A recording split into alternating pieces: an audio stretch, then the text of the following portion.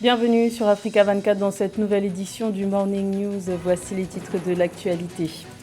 Le gouvernement camerounais réagit à la grève des enseignants qui dure depuis 3 semaines. Plusieurs mesures à application immédiate ont été instruites par le président Paul Biya pour répondre à leurs revendications. La question de la sécurité alimentaire est un enjeu plus que majeur à l'heure où le conflit entre la Russie et l'Ukraine perturbe le marché agricole mondial. Cette thématique était justement au cœur de la 12e édition des tables rondes de l'Arbois à l'université marocaine Mohamed VI Polytechnique. Et les artisans boulangers ghanéens sont asphyxiés par l'inflation des prix à la consommation. Le prix des matières premières essentielles à leur activité ne cesse d'augmenter alors que les prix du pain, très encadrés, restent inchangés. Dans ce contexte difficile pour eux de maintenir leur activité à flot. Mais tout d'abord, cette semaine aura été particulièrement sanglante dans le nord-est du Mali. Plusieurs dizaines de civils et d'ex-combattants maliens du mouvement pour le salut de l'Azawad, groupe armé signataire de l'accord de paix d'Alger de 2015, ont été tués au cours de ces derniers jours près de Ménaka.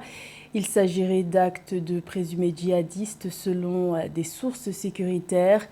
Les assaillants seraient des membres de l'État islamique au Grand Sahara, EIGS, affiliés au groupe État islamique.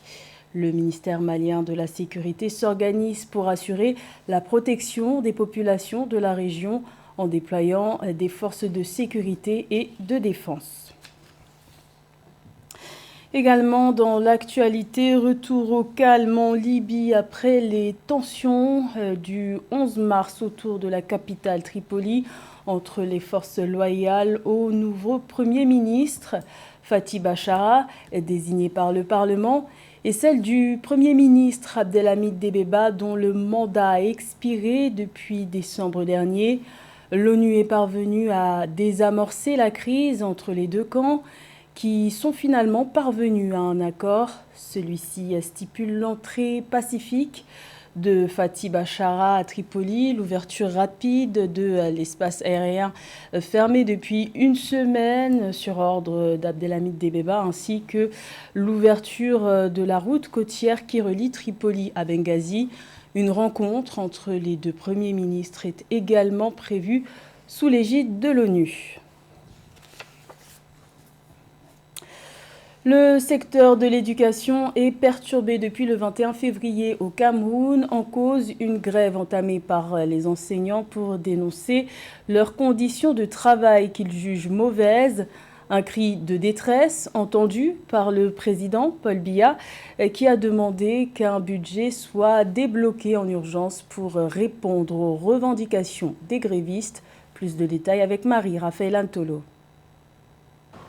Procéder dès le mois de mars 2022 au paiement immédiat de la dette envers les enseignants, soit 181 milliards de francs CFA représentant les frais de rappel, d'avancement, d'allocations familiales et autres primes, et à l'amélioration et l'arrimage effectif des conditions de travail des enseignants à leur statut particulier. Telles sont les mesures prises par le président de la République du Cameroun, Paul Biya, pour répondre aux multiples plaintes et revendications du corps des enseignants du pays. Le président Paul Biya a instruit le gouvernement, dans une note adressée au secrétaire général de la présidence, Ferdinand Ngongo, de procéder à la mise en application de ces mesures dans les meilleurs délais. Je tiens tout d'abord à rappeler que ces annonces arrivent dans un contexte assez difficile, marqué par beaucoup de suspicions, parce que ce n'est pas la première fois que nous avons ces grandes annonces. En grève depuis 3 semaines, les enseignants camerounais se plaignent de la non-redevance de l'État qui ne s'acquitte pas entièrement de ses responsabilités vis-à-vis du corps enseignant. Ce mouvement de grève, initié depuis le 21 février 2022, se caractérise par l'arrêt de la dispense des cours ainsi que l'organisation des manifestations publiques dans les établissements scolaires et dans quelques lieux publics. Il faut dire que ces mesures prises par le gouvernement sont d'une part une manière de décrisper l'atmosphère actuellement dans notre système éducatif. Mais elle ne saurait régler entièrement le problème des enseignants du secondaire.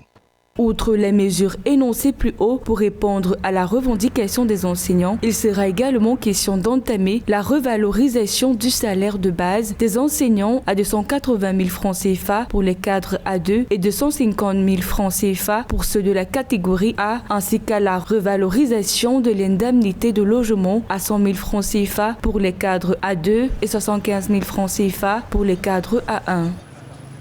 Il n'y a pas de dévaluation du franc CFA par rapport à l'euro. Cette rumeur qui a été massivement diffusée sur les réseaux sociaux le 9 mars a été formellement démentie par la Banque centrale des États de l'Afrique de l'Ouest. L'institution financière sous-régionale a appelé les populations à la plus grande vigilance concernant les informations relayées sur la toile. Un sujet de Samantha Saberou-Saboubanga. Dans un communiqué paru jeudi 10 février 2022, la Banque centrale des États de l'Afrique de l'Ouest, BCAO, dément la rumeur selon laquelle le franc CFA aurait été dévalué par rapport à l'euro. La BCAO infirme formellement cette information et précise que le taux de change entre l'euro et le franc CFA demeure inchangé, à savoir 1 euro égal à 655,957 francs CFA. Notons que ces rumeurs de dévaluation ont émergé sur les réseaux sociaux le 9 mars 2022. Ce qui est sûr, par contre, c'est que ce n'est pas un bon plan. Ce genre de nouvelles amène tout de suite une panique. Une panique au niveau des particuliers qui tout de suite voient que leur pouvoir d'achat va baisser. Ils auront sûrement moins de possibilités d'acheter certains produits et donc ça va traîner un affolement. Et c'est très criminel d'envoyer ce genre d'informations totalement infondées. Dans l'optique de rassurer, la BCAO invite par conséquent les populations à la plus grande vigilance et à ne se référer qu'aux seules voies de communication officielles usuelles de l'institution d'émission. Dans ce sillage, elle rappelle que tous ces communiqués sont publiés sur son site officiel, ainsi que dans la presse écrite et audiovisuelle officielle des États membres de l'Union monétaire ouest-africaine, UMOA. Si le franc CFA avait été dévalué, on le saurait. C'est une décision officielle, ça ne se fait pas en catimini, ça se fait de manière officielle. La monnaie est une chose extrêmement sérieuse. Je rappelle qu'il y a des guerres qui ont pris naissance avec la monnaie dans la Deuxième Guerre mondiale, avec la dévaluation. Le krach boursier de 1929 a amené la Deuxième Guerre mondiale. On est dans une période tendue et on ne s'amuse pas avec ce genre d'informations. 11 janvier 1994, le franc CFA avait été dévalué de moitié, d'un franc français pour 50 francs CFA. Sa valeur était alors passée à 1 franc français pour 100 francs CFA. Depuis le 1er janvier 1999, la parité du franc CFA s'établit à 655,957 francs CFA pour 1 euro. La situation géopolitique mondiale de ces dernières semaines met en lumière la sécurité alimentaire. C'est justement sous le thème de nourrir le monde, les enjeux, les limites, que s'est tenue la 12e édition des tables rondes de l'Arbois les 9 et 10 mars au Maroc. Plus de détails avec Paul Marcel Mayagui. Nourrir le monde, les enjeux, les limites. Tel est le thème qui a meublé les travaux de la 12e édition des tables rondes de l'Arbois, tenues du 9 au 10 mars 2022 à l'université Mohamed VI Polytechnique au Maroc. Durant ces travaux, les experts échangeront sur des thématiques variées allant du milieu naturel dont dépend la production alimentaire, au rôle du réchauffement climatique global, à l'eau, aux énergies renouvelables, aux terres arables, aux nutriments et aux techniques agricoles. Vous trouverez, pas loin d'ici, j'espère que vous allez avoir le temps de visiter notre ferme expérimentale où sont simulées des expériences scientifiques à échelle réelle. Conscience de l'importance de la coopération internationale dans la durabilité, l'UM6P a tenu à tisser des liens étroits avec la communauté scientifique africaine à travers des partenariats de coopération scientifique visant la synergie et la complémentarité, comme c'est le cas au Ghana, au Togo, Côte d'Ivoire, Sénégal et autres pays. Maintenant, je m'adresse à vous à cet égard. Donc, votre rôle ici, en tant que scientifique, est primordial. dans toute sensibilisation relative à la nutrition durable. Permettez-moi de voir en vous les ambassadeurs de la science auprès d'un grand public inondé d'interrogations plus ou moins inquiétantes sur son avenir. Genre, le réchauffement climatique affecte-t-il vraiment l'agriculture ou est-ce l'inverse? Est-il vrai que l'Afrique contient plus de la moitié des terres arables du globe? Et si c'est le cas, pourquoi donc peine-t-elle à atteindre l'autosuffisance alimentaire? En 2020, 281 millions d'Africains, soit un cinquième de la population du continent, souffraient de manque de nutrition. Aussi, 450 millions souffrent d'insécurité alimentaire alors que la demande intérieure des produits de consommation croît 10 fois plus que la production agricole. Pour les experts, l'Afrique n'est pas sur la bonne voie pour atteindre les objectifs tracés en matière de sécurité alimentaire. L'Afrique dépense chaque année environ 45 milliards de dollars en importation de denrées alimentaires. Et ce chiffre pourrait atteindre 110 milliards de dollars d'ici 2025. Bien que l'Afrique possède 60% des terres arables du monde, ainsi que d'importantes façades maritimes et une grande variété de territoires agricoles, pastoraux et halieutiques, la participation du continent à la production agricole mondiale demeure faible. En raison d'un sous-investissement chronique, conjugué à une mauvaise gouvernance, le secteur agricole ne parvient pas à jouer le rôle positif attendu. L'agriculture représente 30% du PIB de l'Afrique et près de 80% de celui de certains pays d'Afrique subsaharienne et elle contribue à donner plus de 60% des emplois sur le continent, d'où la nécessité pour les experts d'améliorer le secteur agricole pour une Afrique plus prospère. Aliment très prisé par les ménages ghanéens, le pain coûte cher aux artisans boulangers du pays. Son prix, très encadré, reste inchangé alors que la hausse des prix des matières premières affecte l'activité des boulangers. Un grand nombre d'acteurs du secteur sont menacés par cette inflation. Un sujet de la rédaction.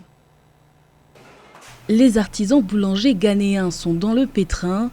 Le prix du pain, normalisé par le syndicat national des boulangers, n'a pas augmenté depuis août 2021, alors que parallèlement, les prix à la consommation et à la production sont à leur plus haut niveau depuis 5 ans. L'inflation rapide des 8 derniers mois menace les activités d'un grand nombre d'artisans boulangers qui peinent à joindre les deux bouts. Vraiment, tout a commencé l'année dernière en juin. Chaque mois, ils augmentent le prix de la farine, pas seulement de la farine, mais le sucre, la margarine, toutes les choses dont nous avons besoin pour produire du pain ont été augmentées, certaines mensuellement ou même hebdomadairement. Cela affecte vraiment l'industrie de la boulangerie. Chaque fois que vous essayez de vous tenir debout, une nouvelle hausse des prix surgit et vous fait revenir en arrière. La pandémie de Covid-19 et la dépréciation de la monnaie nationale ont fait grimper l'inflation des prix à la consommation, atteignant 15,7% en février 2022. Les prix des céréales sur le marché international étaient déjà en hausse avant l'invasion de l'Ukraine par la Russie, mais ce contexte n'a fait qu'aggraver les difficultés économiques du Ghana, qui importe près d'un quart de son blé de Russie. Nous avons tant investi, nous avons fait des sacrifices, nous avons traversé beaucoup de choses. Donc, mettre un terme à tout cela, après avoir passé les 25 dernières années à travailler, et se dire que juste un petit mois ou une année peut mettre en faillite votre entreprise, c'est très douloureux. Pour rester à flot, beaucoup d'artisans boulangers ghanéens ont fait le choix de réduire la taille des portions ou encore d'augmenter illégalement le prix de leur pain. À la page sport du basketball avec l'AS Salé qui s'offre sa première victoire dans la Basketball Africa League. Le champion du Maroc s'est imposé dans la douleur face au club mozambicain Ferroviario le 9 mars à Dakar Arena. Un résumé de cette rencontre avec Cheikh Omar Kamara. L'AS Salé, le champion du Maroc, remporte sa première victoire à la Basketball African League en s'imposant mercredi 9 mars 2022 face au CFV Ferroviario du Mozambique sur le score de 91 à 87. L'AS Salé avait démarré le match en remportant le premier quart-temps par 24 à 23. Mais les Mozambicains ont repris l'avantage dans le deuxième quart-temps qu'ils ont dominé sur le score de 27 à 23.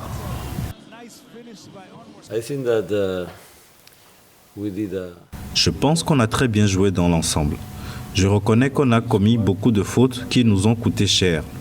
Sachez que ce n'est pas habituel dans notre jeu. De toute façon, je compte visionner la vidéo pour essayer d'identifier ce qui n'a pas marché dans cette rencontre.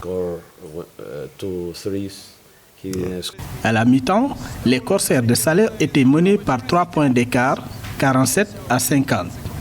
Mais ont montré un meilleur visage lors du troisième quart-temps en inscrivant 13 points contre 7 pour leur adversaire. La rencontre restera serrée jusqu'à l'ultime quart-temps. Mais l'excellente performance de Khalid Boukissou permet à l'AS Salé de terminer la rencontre sur le score de 95 à 84. Je suis satisfaite du résultat. C'est une très belle victoire. On a eu beaucoup d'énergie positive et les joueurs sont plus que jamais motivés. Je pense que chacun de nous a joué un rôle déterminant dans ce match, notamment les marqueurs qui ont été décisifs. C'est ce qui nous a permis de remporter la victoire à la fin face à une très bonne équipe mozambicaine. Avec cette première victoire à la conférence du Sahara de la Basketball African League, AS Salé se relance dans la course à la qualification en phase finale de la BAL. C'était le journal de la rédaction. Merci de l'avoir suivi. L'information continue sur Africa 24.